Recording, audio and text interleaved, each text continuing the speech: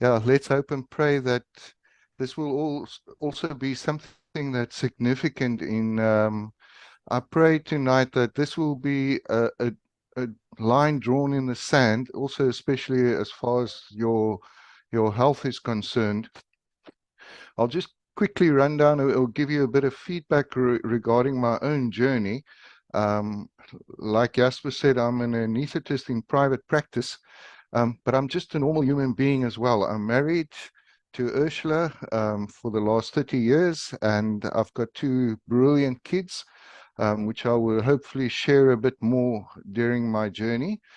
Um, and yeah, just to put in as a disclaimer, maybe some of the stuff that you will hear tonight or in the next few months that we're going to do these talks might be a bit foreign to you or even upsetting and in direct conflict to what you were taught up to now. But hopefully, as we can change our minds, and I'm quoting scripture here, that we can be transformed by the renewal of our minds, and not conform to the world, but conform to the God's standard and what He laid down, that we can also have a better outcome. So yeah, as far as our current situation is concerned, I believe that. As we have state capture and ESCOM capture, we also had a phenomena worldwide the last 70, 80 years of um, medicine or the health industry that was captured by big pharma. And hopefully I will, during the talk, come to this point and tell you why I say these things. When I say specific or make specific statements, please see it in the context of which of the topic that we do, and that we shouldn't or yeah, generalize everything, but make it applicable in the context that I'm saying it.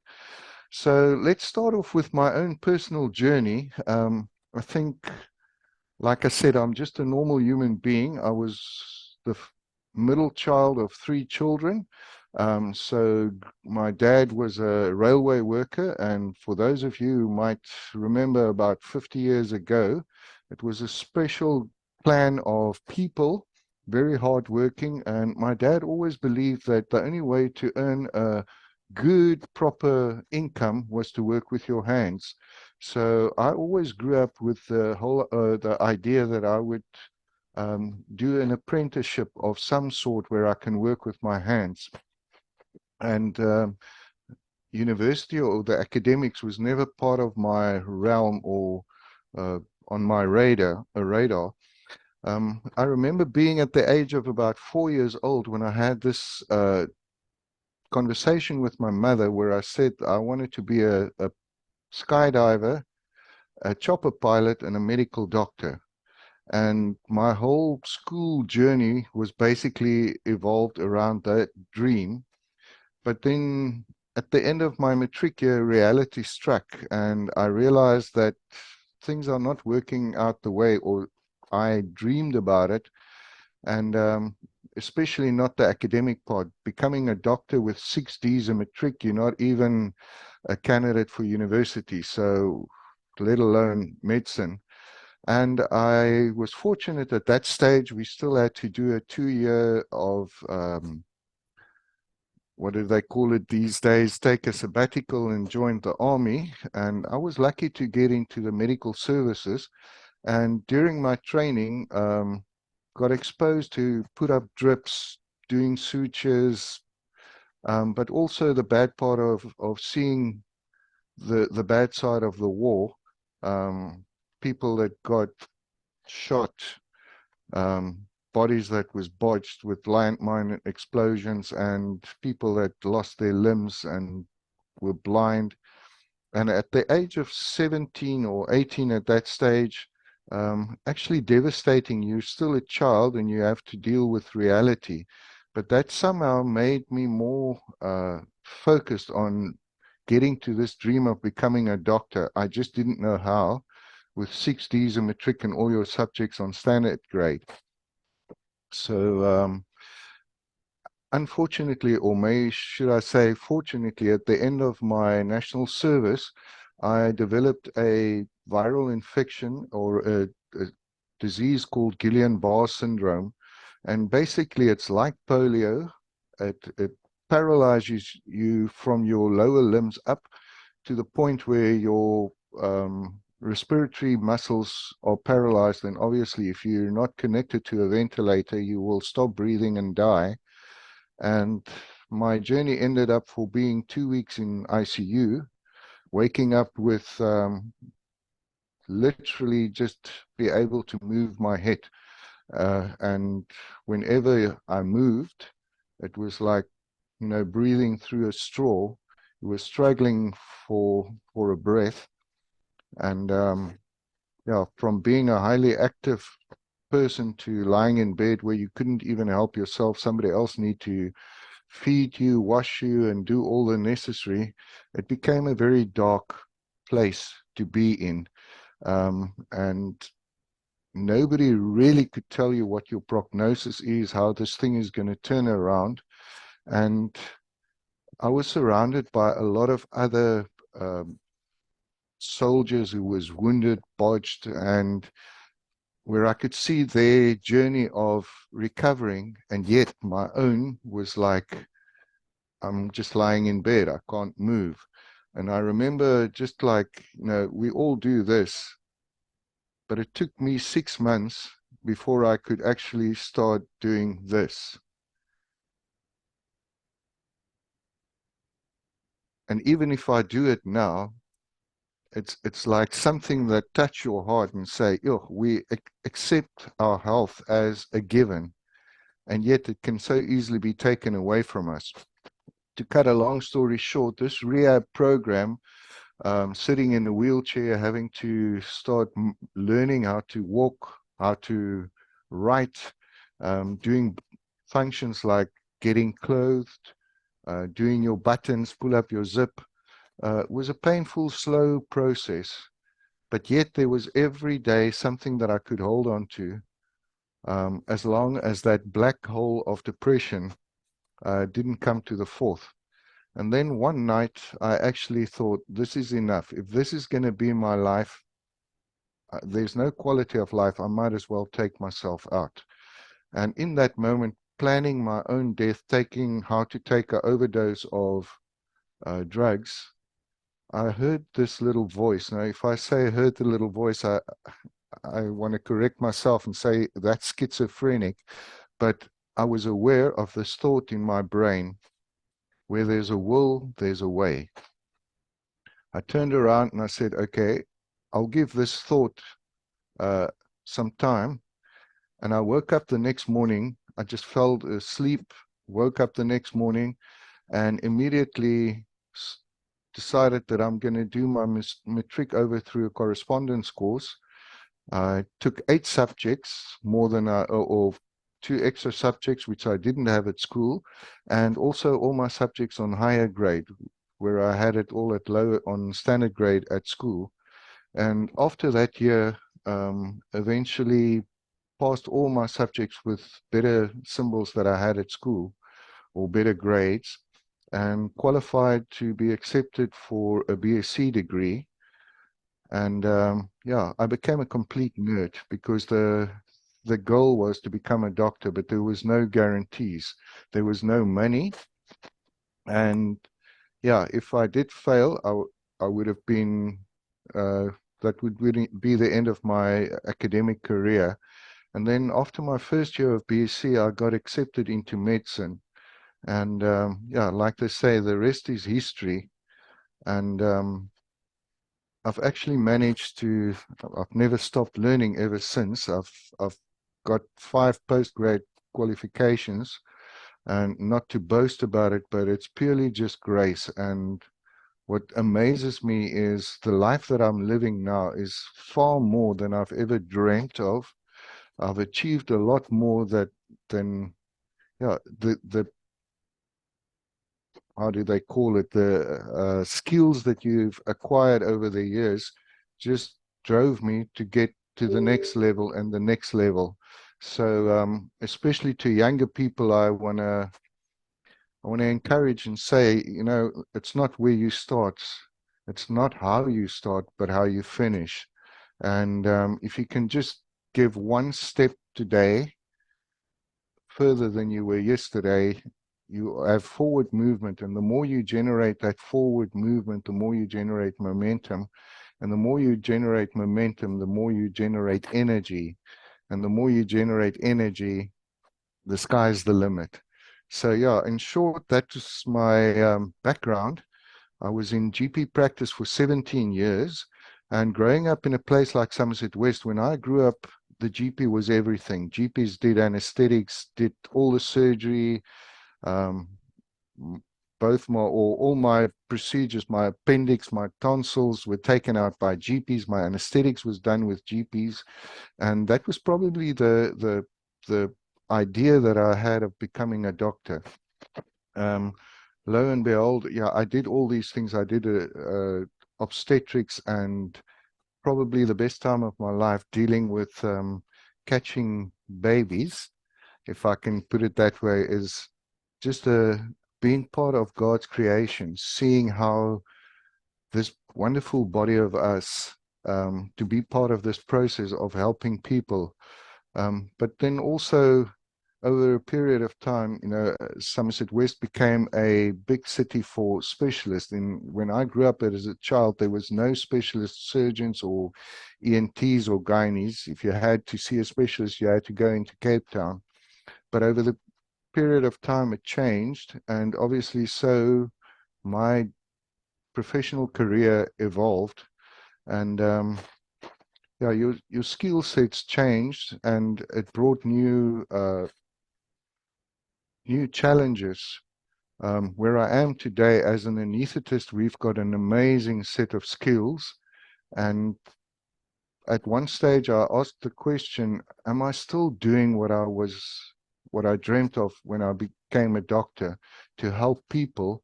And somehow my path went down or the journey went down chronic pain. Probably the one thing in medicine is, if there's one thing that people want to get rid of, then it is pain. Now, it's a topic that I will address in one of my future talks. If we think about pain, what is pain, how to deal with pain, and so forth. But to get back to where I am in my journey now, I want to relate back to four basic incidences that happened in my life. Obviously, after this Guillain-Barré, I had this bargaining with God. Lord, if I can just walk, I'll work for you. Lord, if I can just run, I'll work for you. Lord, if I can just do a marathon, I'll work for you. Lord, if I can just do a ultra marathon, I'll work for you. Lord, if I can just do the comrades, I'll work for you. And then it happened. I've achieved all my goals, and in 2000 ran probably the best race of my life, the Comrades of 2000, and then 3 days later collapsed in with and ended up in ICU again with renal failure secondary to rhabdomyolysis, which is basically the breakdown proteins of the muscles that blocks up the kidney. And it's not something that at that stage I wish I died. The pain was excruciating. You don't feel nice at all. Nauseousness. It's just your body feels lifeless. And in that same time, I remember hearing that little voice, which I heard so many years ago, where there's a will, there's a way, that God said, Louis, I've given you all the dreams of your and desires of your heart. When are you going to start working for me? And in that moment, I realized my career will have to change. The ideas, the thoughts that I had about medicine would change. And I had to give over and said, Lord, here I am, use me. Now, that was in 2000. Prior to that, my firstborn was my son, and he had a bit of the pregnancy was a bit complicated. At the end, we had to do an emergency C-section, and he was twisted about 4 times in his navel cord and around his neck and so forth. So Eventually, when we did the Caesar, he came out. We realized that this was actually a little miracle, because there was no way that we could have a normal delivery um, with the fetal distress that he had. Um, the fact that we got him out in time was just a miracle. And I realized there was a calling on his life at that stage as well. But then 10 months later, he was diagnosed with meningococcal meningitis. So it's basically a bacterial infection of the brain. And normally those children, if they survive, lasts a few hours, or if they survive, they are normally mentally retarded, blind, and or deaf. And I remember standing in ICU the night and praying, Lord, I want my child 100% correct back, or take him away. And if I think about it today, what a prayer to ask God. And God was gracious. He gave my son back, and I can report that he's a young man, 25 years old, an accountant, and um, healthy, good sportsman. So God gave me the desires of my heart. The second incident was in 2014, when my wife had an unforeseen incident and went into a semi-coma for 19 days and was diagnosed with the Addison's crisis. And basically that is adrenal gland failure, and was dependent on cortisone and blood pressure medication, you name it. Um, didn't remember us initially, or recognize us. She was like a real invalid. And the whole process of going through that, where I just realized, I'm a doctor, I had all my best colleagues around me, and yet there was a stage where it was touch and go. They actually prepared me and say, expect the worst. And then you start asking questions. What are we busy doing as doctors? How does this thing work? Because doctors are surely not the answers.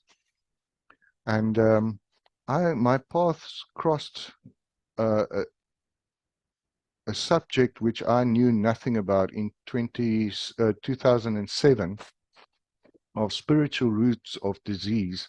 Now, at that stage, it was like 180 degrees to what we were taught at med school, that disease actually has spiritual roots of emotions that trigger us, or trigger diseases in our bodies. And yeah, initially I laughed it off. It was foreign, something that I thought it's not medical people that was giving the talk, and I ignored it. But as I started thinking and contemplating these whole journey of mine, I realized that there might be something here that I've got to look at, especially after um, my wife's episode. I realized that I probably had to start looking at this. Now, I can report again, my wife made a full recovery, and but it was part of her journey, was a spiritual journey. And if you ask her today, she would say that she had a spiritual encounter with God, and that's what healed her. Doctors couldn't, because she was on medication that made her very sick. At this stage, I would probably like to say that there was a point in my life where I started doubting my own skills, my own abilities, the science that I was practicing, and the knowledge that I had. And obviously, like you probably have learned already, that my faith journey started taking me on another direction. All right. I would like to talk about a biopsychosocial model. Um, the Bible talks about that we are body, soul, and spirit. And in science, we basically give it this fancy name, biopsychosocial. Biomedical is obviously the symptoms that we experience, the diseases that we give names to, and what we experience as everyday common health. The psycho part is our soul dimensions, which is made up of our will, emotions, and our thought process.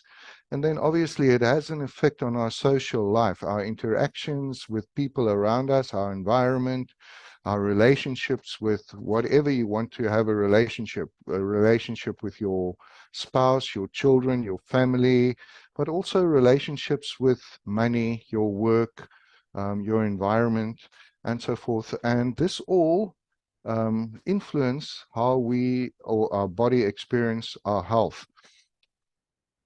Now, I want to play a bit with words. Have you ever thought about the word disease? If we break it out or break it down, we can actually put it as a dis-ease, where we don't have it easy anymore, and that's why we call it a disease.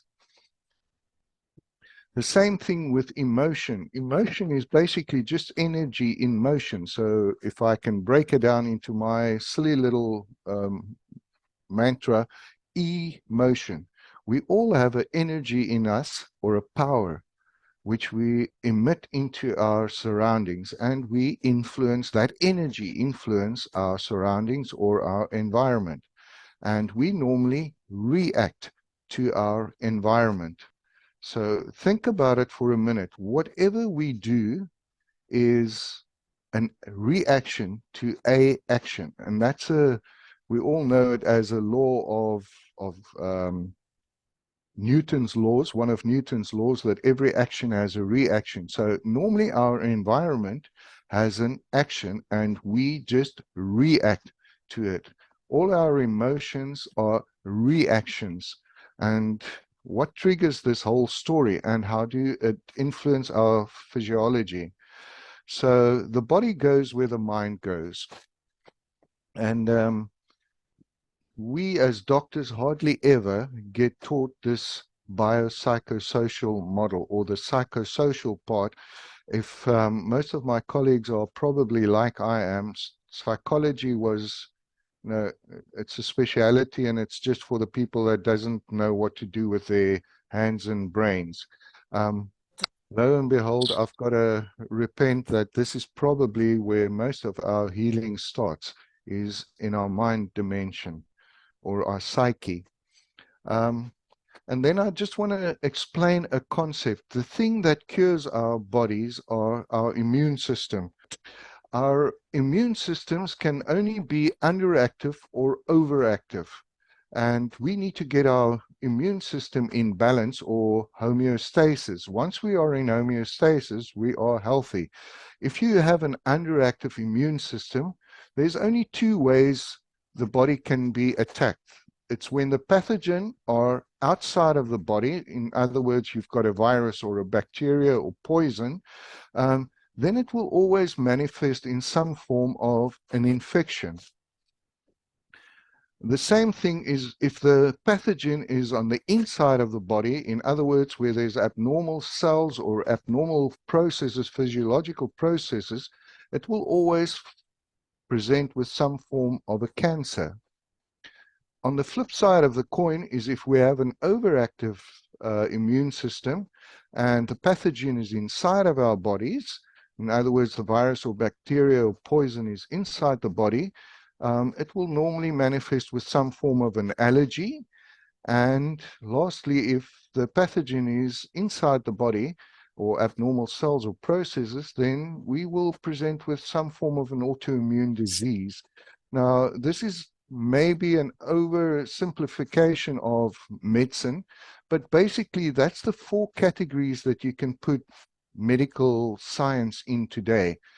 Either infections or cancers, which is a sign of an underactive immune system, or of allergies or an autoimmune disease, which is a sign of our overactive immune system. And the question is, can we have an underactive and an overactive immune system at the same time? Yes, because we've got different systems in our body. We've got a cardiovascular system, a respiratory system, endocrinology, and so forth. So, yeah, we can have different immune systems, active or underactive or overactive at the same time. Now, this is more on a spiritual level. If I can just quickly ask the question and maybe just leave you with this thought for set you up for the next topic. Is medicine the only answer to cure diseases? Or then, like I like to call it, dis-ease?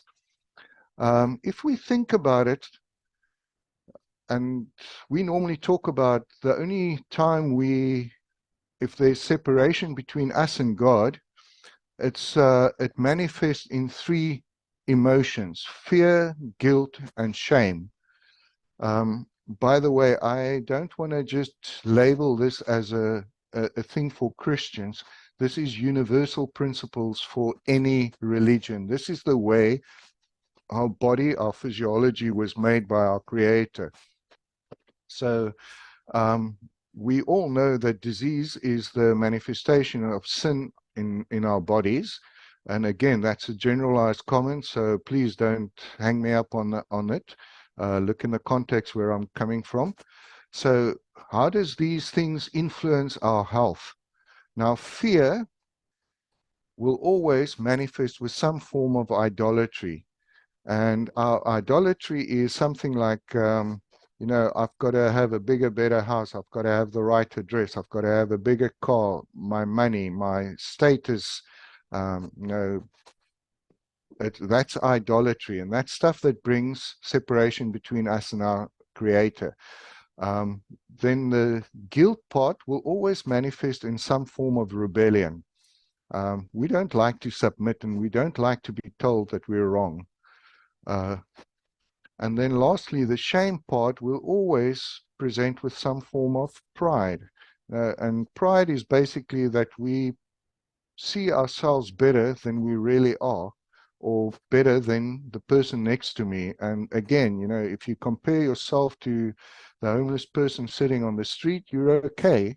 But if you compare yourself to Jesus Christ, we fall short. So how does these things influence our physiology? It manifests through these things called unlovingness, sadness, and conflict. Keep this in mind. This is purely just emotions. Our rebellion will manifest with impatience, unkindness, and bitterness, and our pride with unfaithfulness, harshness, and self-indulgence. Let me just go back then. Like I said, is there different answers? The separation, fear, guilt, and shame, idolatry, rebellion, and pride. That's how it normally manifests, and the emotions associated with this. Now, I'm sure once you look at these emotions, you will probably be able to relate to a lot of these emotions and would probably see how this will relate to you. Now, in my instance, this one, self-indulgence, was the one that really grabbed my attention because, boy, oh boy, do I struggle with overweight. And on the other hand, this little one, bitterness, we've all have our skeletons in the closet, and how bitter I am normally towards myself, and how these emotions affect us and present with diseases. But this is not something that we were taught at medical school, and it might be foreign, like it was to me initially, to think about emotions that can cause dis-ease or diseases. Now, how do we interact with these things? I like to call it, we open spiritual doors of an unloving spirit or a spirit of rejection, the occult, or a spirit of accusation, a spirit of bitterness, or a spirit of jealousy and envy. So if you think about it, there's spiritual roots that trigger our physiology, and that will manifest in some form of a disease or symptoms in our body. And just to perhaps close this conversation or talk for tonight, the opposite of our idolatry is trust or love. Um, the fear that we have is the treatment for that is love. It will manifest with our trust in our Creator, our trust in God, and it will bring these emotions of love, joy, and peace. Our guilt will be, the treatment for that will be righteousness, submission, and it will bring patience, kindness, and goodness. And then our pride if we submit in humility, and honor God with our bodies, it will bring faithfulness, gentleness, and self-control. Now, if you think about these emotions, you will probably recognize the spirit, the fruit of the Spirit. And this is how we are programmed to heal ourselves. And obviously, this is a journey, so I don't want to confuse you further. But in short, I'm going to stop the share screen. In short, this is what I think we need to unpack over the next few talks of how these things influence our health. And yeah, Jasper, at this stage, I want to say thank you just for the opportunity of sharing these thoughts and ideas. And if there's any questions, I'll gladly try and answer them.